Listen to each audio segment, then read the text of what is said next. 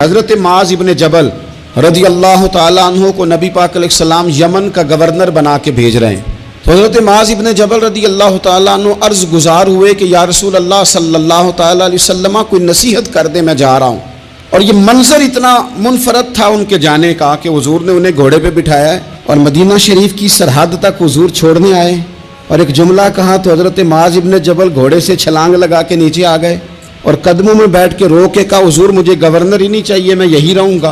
मुस्नद इमाम अहमद बिन हंबल में मौजूद है, नबी करीम अलैहिस्सलाम ने फरमाया, माज़ तुम जा रहे हो लेकिन जब वापिस आओगे तो मेरी कब्र के पास से गुजरोगे। सब रोगां दा रोग मोहम्मद जिसदा नाम बिछोड़ा।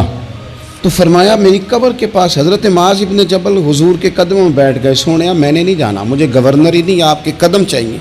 तो नबी पाक अलैहिस्सलाम ने फरमाया, माज़ मेरा ग़ुलाम मुत्तकी और परहेज़गार हो ना, तो वो जहाँ भी हो मैं उसके साथ ही हुआ करता हूँ।